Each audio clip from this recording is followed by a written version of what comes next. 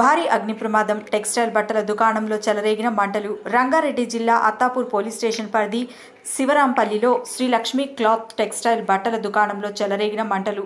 దట్టమైన పొగలతో స్థానికులు ఉక్కిరిబిక్కిరి.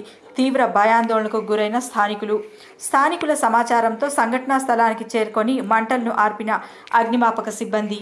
షార్ట్ సర్క్యూట్తో అగ్ని ప్రమాదం సంభవించినట్లు అనుమానం. సుమారు 10 లక్షల వరకు ఆస్తి నష్టం వాటిల్లినట్టు అంచనా.